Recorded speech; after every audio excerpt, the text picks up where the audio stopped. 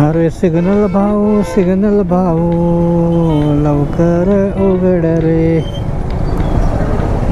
काय 2-3 मिनटाचा पण सिग्नल नसतोय, एक 15-1 सेकंदाचा सिग्नल असतोय. त्यासाठी ते थांबणं आपल्याला गरजेचं आहे. कारण जर नाही थांबलं तर कुठंतरी हे काढ